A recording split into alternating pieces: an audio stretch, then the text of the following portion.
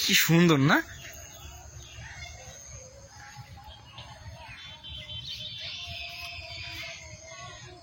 এসব খবর আসলে কৃষি দিবানিশিতে হওয়া উচিত। কৃষি দিবানিশিতে না, কৃষি দিবানিশিতে প্রচার করা উচিত। দেখলেই তো মনে ঠান্ডা হয়ে যায়।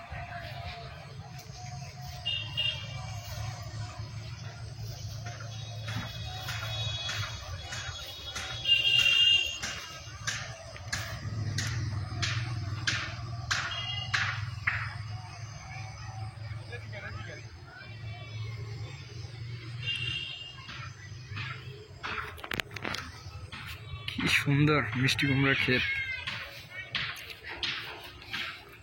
আজকে আমাদের সাথে পর্যটক হিসেবে আছেন ইকবাল বাবু, নিতাই চন্দ্র দেবনাথ।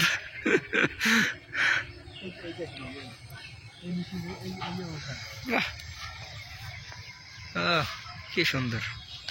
দাঁড়ান, চলেন সামনের দিকে যাই। অনেকটা দেখা যায় আপনার মোবাইলে নাকি? সুন্দর রে ভাই।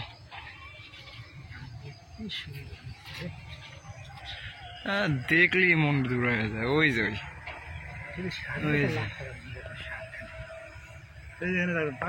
এত বড়টা রেখে একটা দিন সুন্দর হয়েছে কিন্তু না?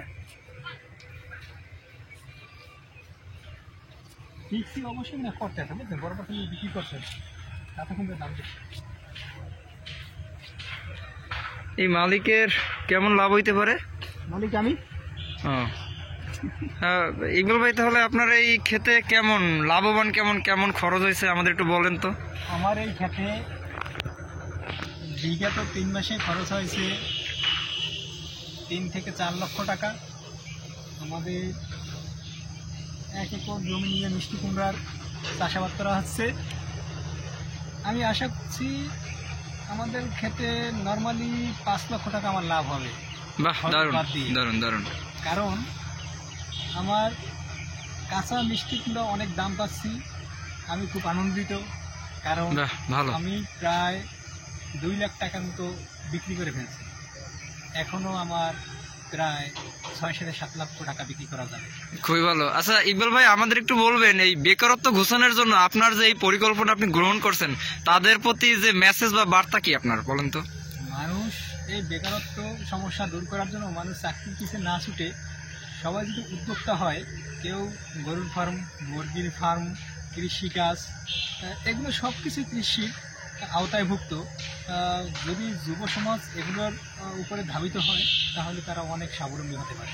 বাহ, দারুণ। আসলে আপনার কথাটা আসলে দেশবাসীর যত যুবকরা আছেন যারা চাকরির পিছনে না ছুটে যদি এরকমের কৃষি ক্ষেত বা মাছ চাষ, গরু চাষ, এগুলো যদি করেন তাহলে দেখা যাবে যে আপনারা স্বাবলম্বী হবেন।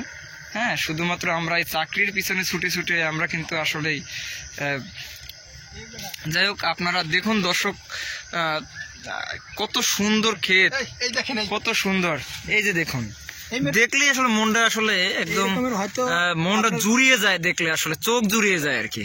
ক্যামেরায় ধরা পড়ে না আমার এই প্রত্যেকটা পাতার নিচে নিচে প্রচন্ড পরিমাণে না, সেটা দেখলাম আসলে ক্যামেরায় তো আসলে সবকিছু আসে না। তো দর্শক মন্ডলী আপনারা দেখুন কত সুন্দর এই যে, ও কি সুন্দর, আসলে দারুন দারুন দারুন। দারুন। এই যে দেখুন দেখুন, আপনার এই ক্ষেত দেখে আসলেই অনেক অনেক বেকার যুবক এ থেকে উদ্যোক্তা হবেন। ওই যে দেখুন দেখুন, ফাঁকে ফোকরে যেখানে তাকাচ্ছে শুধু কুমড়া আর কুমড়া, যতদূর চোখ যায় শুধু কুমড়া খেত আর কুমড়া খেত। খুব সুন্দর, ভালো লাগলো।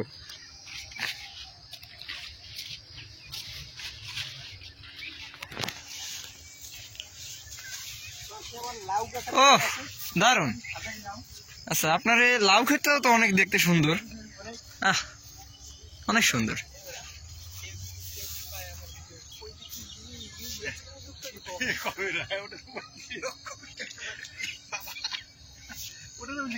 বাহ, দারুণ।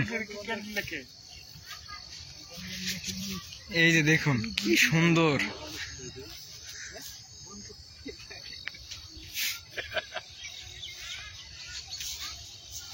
বাহ দারুণ।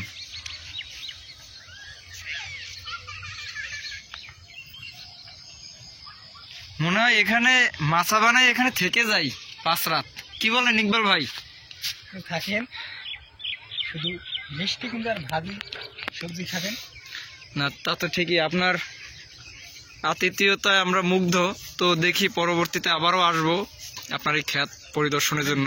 বেগুনি বানাবেন মিষ্টি কুমড়া দিয়া, তাই আমরা মিষ্টি কুমড়ার ফলন বেশি ফলাই। আমাদের যেহেতু বিগত দিনে প্রধানমন্ত্রী বলেছেন, এই যে দেখুন দর্শক, দেখুন ফাঁকে ফাঁকে মিষ্টি কুমড়ো হয়ে রয়েছে, জোড়ায় জোড়ায় জোড়ায় জোড়ায়, তাও আবার।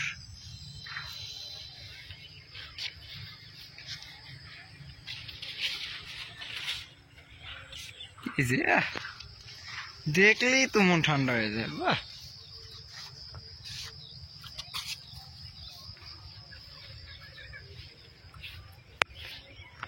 খুব ভালো লাগলো ইকবাল ভাই আপনার এই কৃষি ক্ষেত্রে এসে। বন্ধ করো।